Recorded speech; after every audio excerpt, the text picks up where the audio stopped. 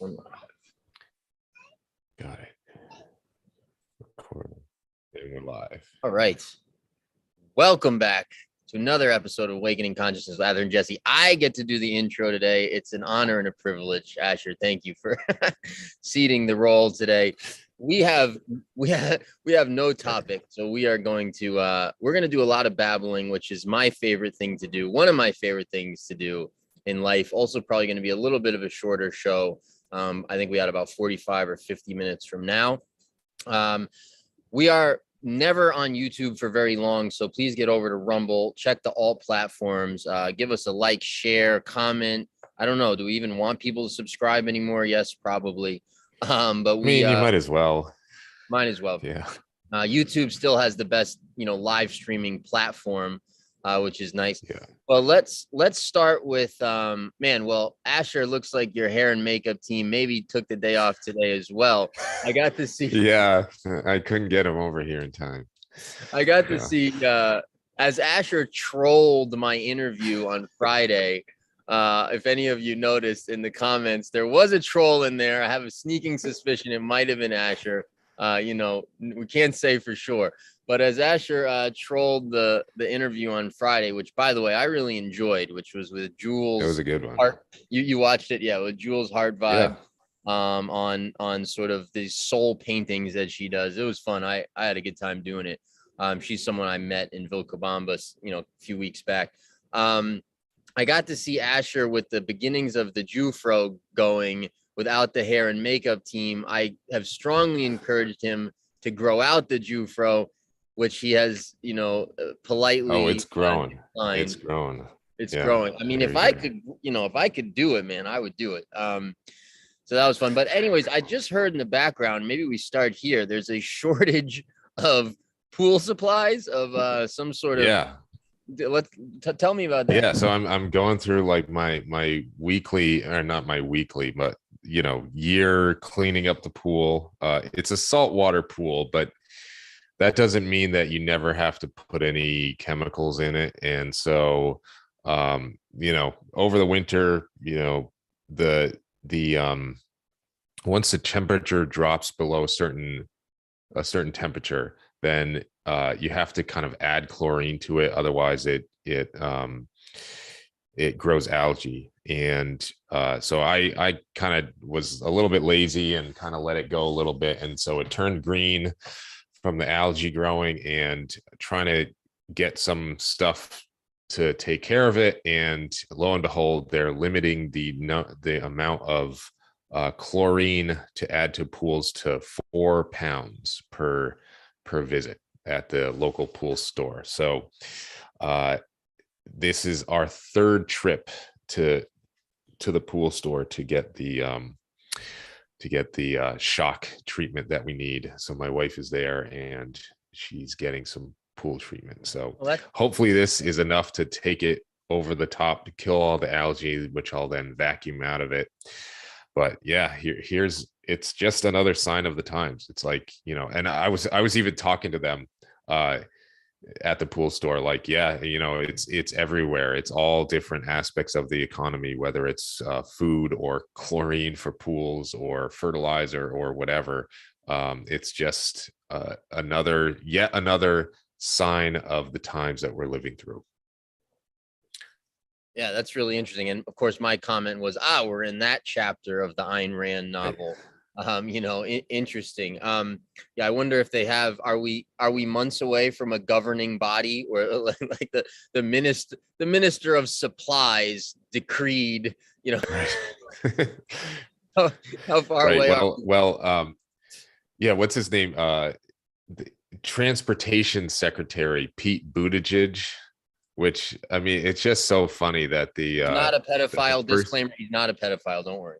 No, definitely not. But the first openly gay man to run for president, his name is Peter Butt. I just thought that was funny. The truth is never really super hidden. Right. Never too far below the surface. Right. Right.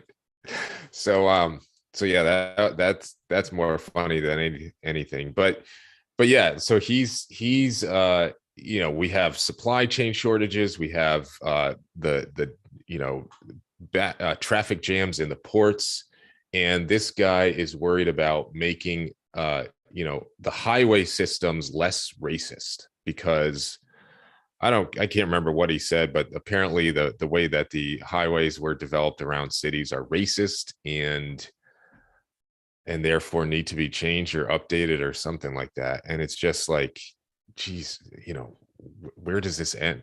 How is this a racist thing? I don't know, but that's what he's worried about, rather than the fixing the traffic jam in the ports and fixing the getting goods on the shelves. And it's just the priorities that are being the things that are being prioritized is just all out of whack if you had the best interest of the US in mind, or of the people of the US in mind. And it just seems like it's such a lack of competence that it can't be unintentional. Like, it has to be intentional, that they would just do things that are really just so stupid on the surface. So I can't get around the fact that at least part of this has got to be intentional.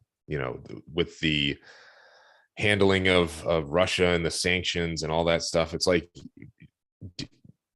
am I the only person who knows that 60% of the world's fertilizer comes from Russia, and if you cut that off, then there's going to be a massive shortage and price increases in fertilizer and therefore food? Like, am I the only person? I don't think I'm the only person who realizes this. So it can't be intentional. It can't be unintentional. That's what I mean.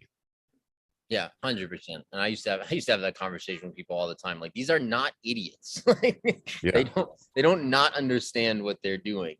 Yeah, I mean, it's sort of, it's what happens, right, when you have ideologues running the show, right? When you have when the priority of, what was this, the transportation secretary, when the priority of the transportation secretary is to right the ills of the world on a sort of ideological basis, having to do with homosexual rights and racism and these sorts of things.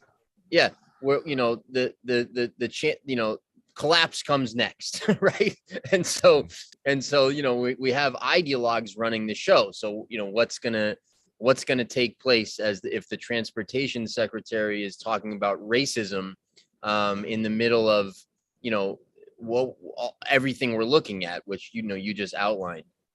Absolutely. And I just realized you have even less time than I thought. So yeah, so man, interesting stuff though. Hopefully the chlorine store, and I didn't know that you need to put a little chlorine in the saltwater pools. I was gonna do a saltwater pool on a project. So is that only during winter, or is that in general? Well, I mean, I think it depends. Like, I think if you have everything running and working properly, and you are consistently checking and making sure that everything's balanced and stabilized, I think for the most part, you can get away with mostly just salt and some stabilizer stuff every once in a while.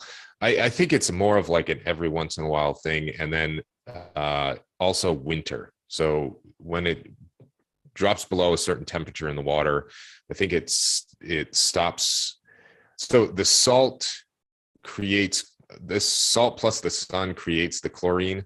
So I'm not sure exactly how it works. That's probably part of the problem. And I'm not like a manual reader. So that's probably part of the problem. So if you're not dealing with winters, like we have a mild winter in North Carolina, but it definitely gets cold. So if you're not dealing with winter like we are, and you are regularly maintaining it and checking the levels and whatever, then it's probably, you're probably going to have to use less stuff than I do. So, yeah. Yeah. But dude, Good. I was just gonna say, like, in the vein of what we were talking about, like, we're not allowed this is the American Psychological Association. You're not allowed to say low income people, but instead refer to them as people underpaid and forced into poverty as a result of banking policies, real estate developers, gentrifying neighborhoods, and corporations weakening the power of labor movements. So that phrase has replaced the term low income people. I mean, it's just like, this comes out of who? This is according to the American Psychological Association. I wonder who they are. If that's like a wow. I mean, yeah. I mean, we're so deep in the Orwellian doublespeak on everything that things that you would think are a joke are not. I mean, that should be a spoof, right? What was that movie Idiocracy? I mean, how far into Idiocracy we're sort of, I mean, we're almost running final credits. I don't know. Is final credits, like, what does final credits look like exactly? Well, I think if The Rock wins the presidency, which I've heard rumors that he might run. I think if he wins their presidency, then it's almost like a word for word recreation of that movie. I mean, have you seen his ex-wife? No. Like it's well, I may have. I don't know. There's some. Is she jacked out of her mind? Yeah. She's like the most masculine woman you've ever seen. Kind of like the current NCAA female swimming champion. More or less. I mean, she looks basically like The Rock. Yeah. His ex-wife. Yeah. Well, that sounds fun. So I want to talk about the sun for a minute. All right. So I know we have very different experiences in this, and maybe that'll be interesting for people who also have varied experience, right? My son is making as much noise as possible while we record here, which nice. I think I've managed to keep off the recording so far fairly well. But I like, I like his mischievous streak. But boys, especially boys, need to have a mischievous streak. Yeah. If they don't, then there's probably more problems. Anyways, so we've had these two. The sun is very active right now, right? We've had these two massive, I don't know, they call them solar flares, CMEs, X flares. I'm not an expert on this stuff, but we've had a couple of, active periods where the sun has done its thing, released a bunch of energy. Now, of course, some of this, I guess, to even talk about, you kind of have to believe some of that stuff as far as what is, and I don't know, what is the sun? Like, I don't think it's 93 million miles away, for example. I don't know exactly what it is. I don't think it's a nuclear sort of reaction that's just kind of permanent, or a dead star or something. Like, I don't believe that. I think it's probably some mix between some aspect of this simulation that we're living in and a entity, like a being, I think Earth is the same thing, right? I think Earth is both part of the simulation and a being, I don't know, being is I can't think of a better word. So I don't know, we'd almost have to start there, but forgetting that for a second, if you believe in what they're looking at, the sun is active, it's doing its thing. So I had a period, right? So and I think everybody is going through this in different ways at different times. Like, I don't think these things happen to everybody at the same time, but I follow all these people who seem to be going through similar things much of the time that I'm experiencing, which are like these massive ups and downs in energy and in like energy levels and therefore sort of creativity levels and these kinds of things. So I had a month prior to, let's say, a week and a half ago, where I was in one of the best, most active, most energy filled, high energy, creative times of my life. Amazing, like huge, massive launching new companies and restructurings and just all kinds of, really cool stuff going on. Then the last week and a half, and maybe it's something to do, I come back to the beach. I'm back at the coast now for a month, come back to the beach, and I've just been basically just wanting to sleep. And it's interesting. It sort of has coincided with the sun, having this really active period of time. I come from all of this from the standpoint that we are actually, in the ascension. We're actually upgrading DNA. We are actually receiving signals from the sun. Our body's interacting with all the sun. I'm one of those, like, I would have been happy in those, like, ancient Egypt sun worshiping cultures. I'm one of those people. I spend a lot of time in the sun. The sun feeds me. It's something that's important to me in my life. I used to get, when I lived in the Northeast US, the winters were rough for me. Like, I had a really hard time being out of the sun for extended periods. So yeah, I wanted to share that and then see if any of that resonates with you at all. Or I know you're, again, much more steady than I am. So I'm just kind of curious from your perspective, what your thoughts are around any of that. Yeah, I mean, for me, I either don't notice because I'm either not paying attention or yeah, I probably just don't notice. I mean, I love being in the sun, and same thing with me. When I was in the Northeast US, I hated the winters and could not wait for them to get over. And that was one of the big reasons why I moved down to North Carolina. I mean, I spent the whole weekend in the sun doing work in the garden and moving a lot of mulch and planting and all that stuff, and got the kids involved in the planting. That was fun. We were using the greenhouse that we have, which was awesome. We moved into a house that essentially already had a greenhouse and a big shed. I wouldn't call it a barn. It's a big shed. And yeah, so I mean, but yeah, I either don't go through these types of ups and downs, or I don't notice that I do. And yeah, I had been paying attention to the solar flares. Bob and Ann is saying, I find solar flares to be invigorating. Mental issues for the susceptible increase with solar flares. Sun flares affect brain and heart. Heart attacks increase during solar flares.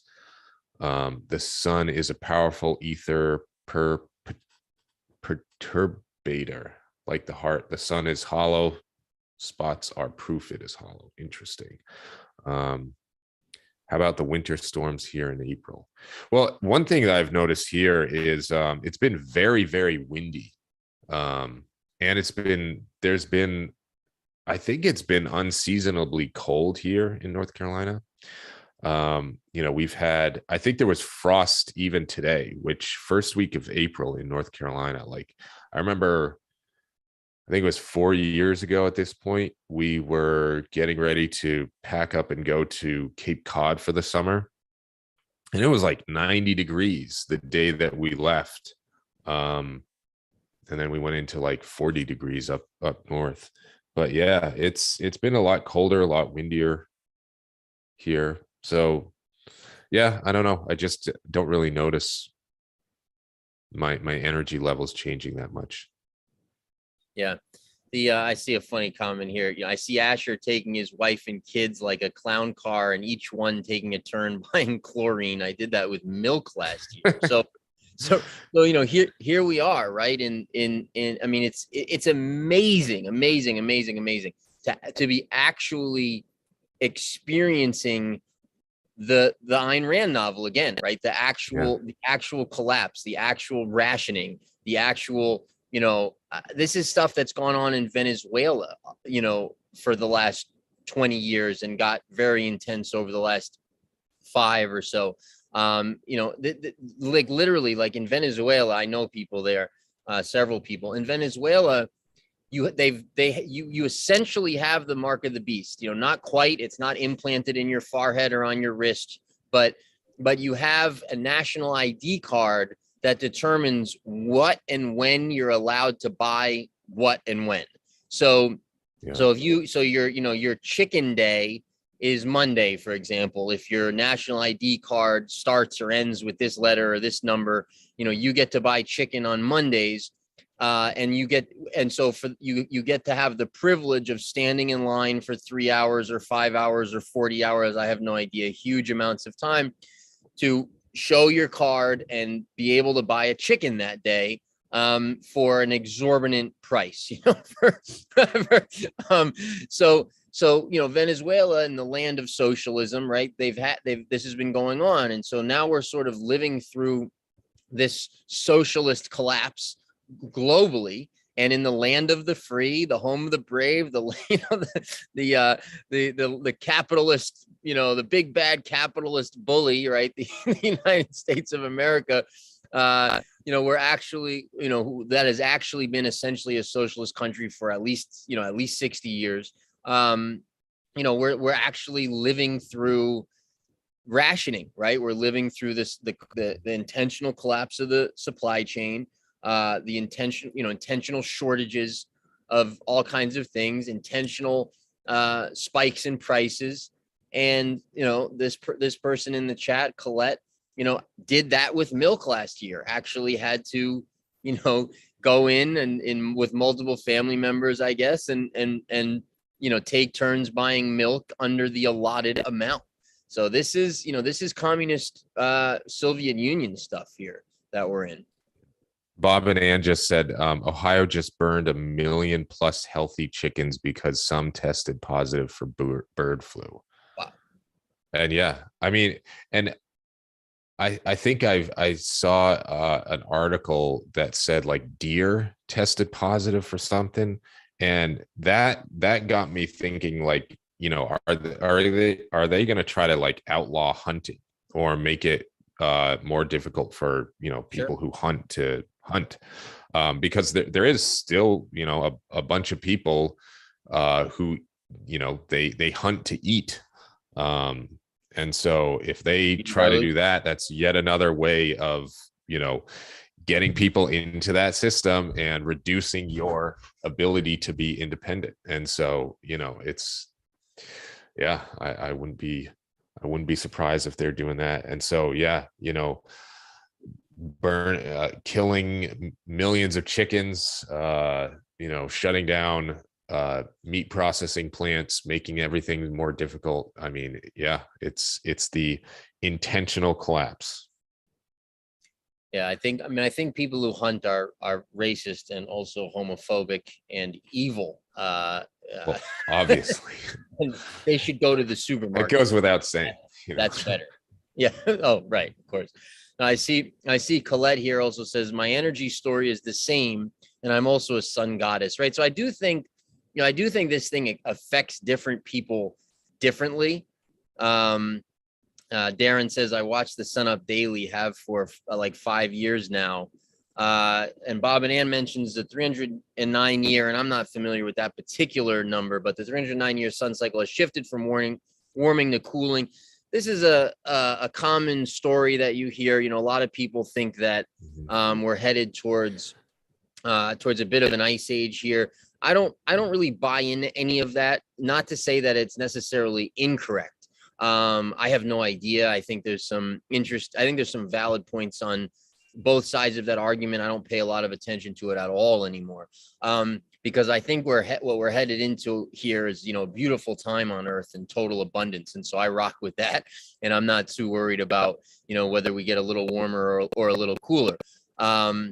But yeah, it's interesting. I do think these things affect everybody differently. I think everybody's on their own path, their own timeline as well. And also people have different genetics and come from different places in the universe, if you will, and have their own sort of destinies and their own sort of things that they're here to experience and not experience, and manifest and not manifest. But it's interesting. A lot of the people that I follow on YouTube seem to be going through similar stuff to what I experience and what I guess Colette does as well. I also, by the way, watch the sun. I mean, the sun sets here every day on this side, and I always spend almost the last 30 minutes or an hour of its setting, just watching it. And that gets into some of the sun gazing stuff, which you can do early in the morning as well. And I find it just amazing. It seems to just do stuff to my body that I like a lot. Oh yeah, we have beautiful, amazing sunrises and sunsets here. Yeah, the sky is like, there's reds and oranges and yellows and all that stuff. It's beautiful. So yeah, whenever I get a chance, I do that. We got a pretty good view of both the sunrise and sunset, so that's really nice. But yeah, I've heard the ice age or mini ice age theory or story. But again, it goes from it's about the micro versus the macro. So on the macro, yeah, okay. So if we're headed into a mini ice age, food production goes down, food prices go up.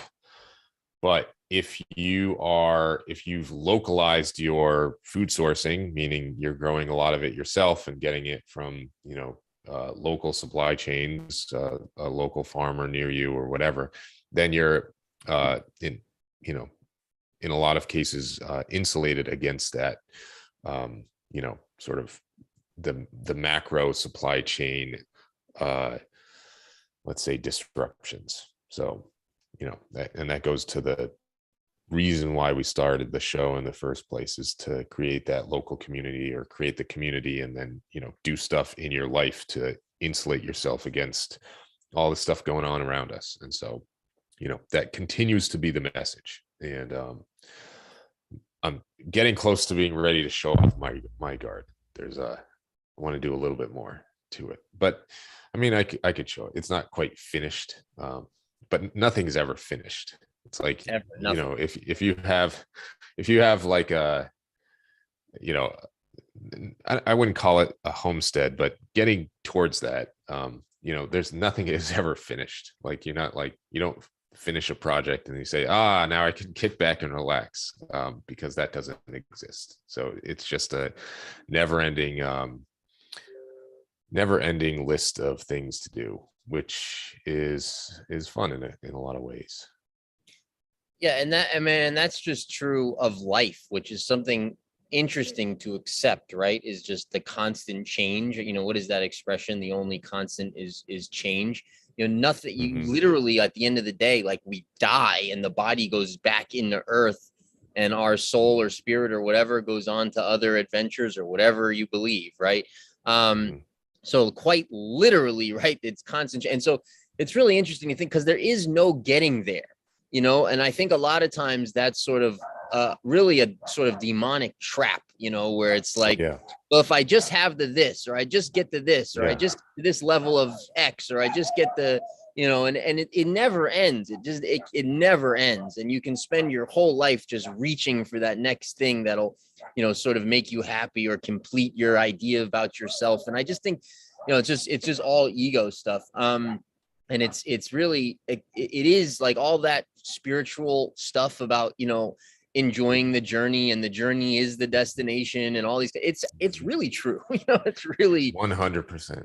It's really, that's a phenomenal point, because, especially with the way the culture is and social media and all that stuff, people are so tricked into thinking, oh, well, if I just had this, whatever it is, car, girl, guy, house, boat, whatever that trinket is, job, promotion, then I'll be happy. And no, that is never the case. The human condition is a state of a state of discontent. Like, no, you're not content with your current state. There's always more work to be done, more progress to be made, more steps to be taken, more, and the more you get to sort of working on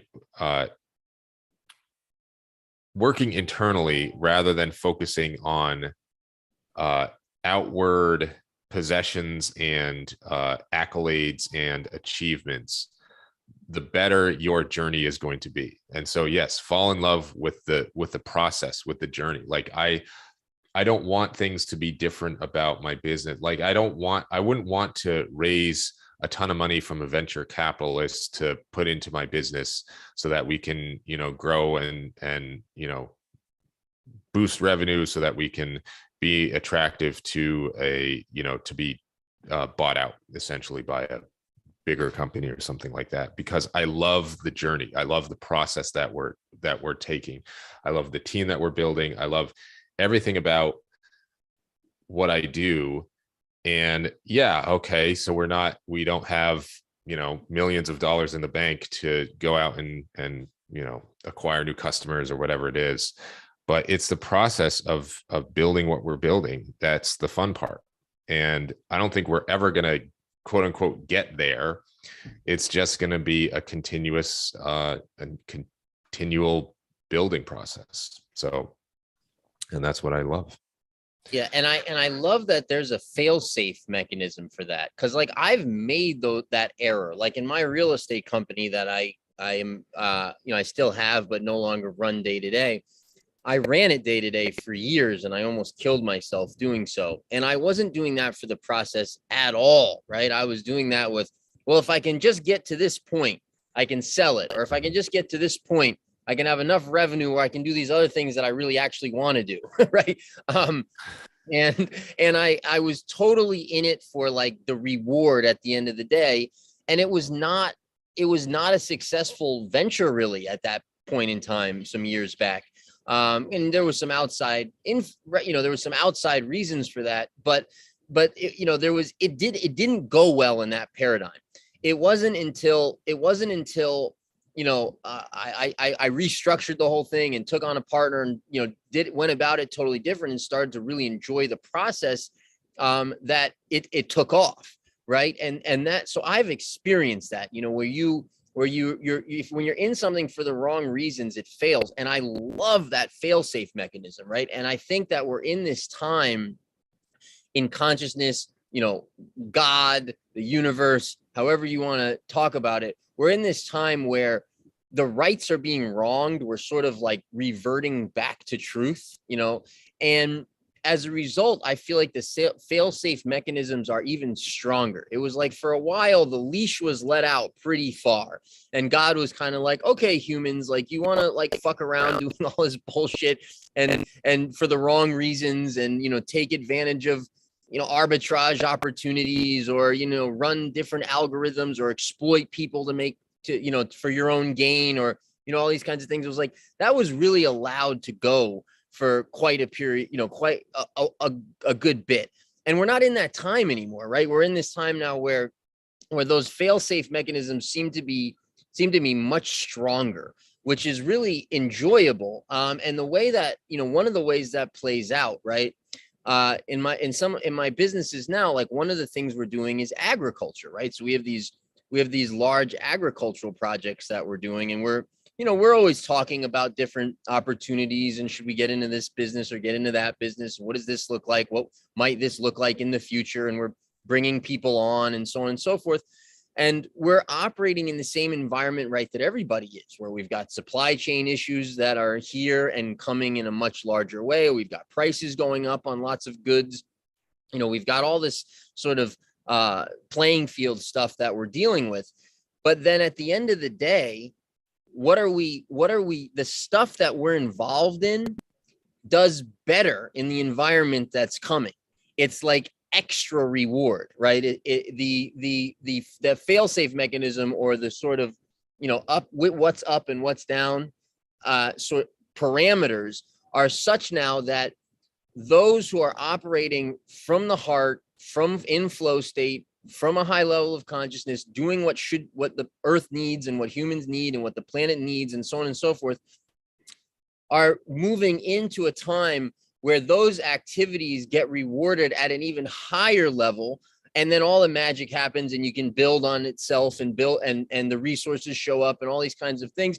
And we're thinking like, well, okay, let's say that the supply chain does X and we can't get Y and the price goes way up on all these things and so on and so forth. What does that mean for us in business X, Y, or Z? Well, it means that we have much more revenue.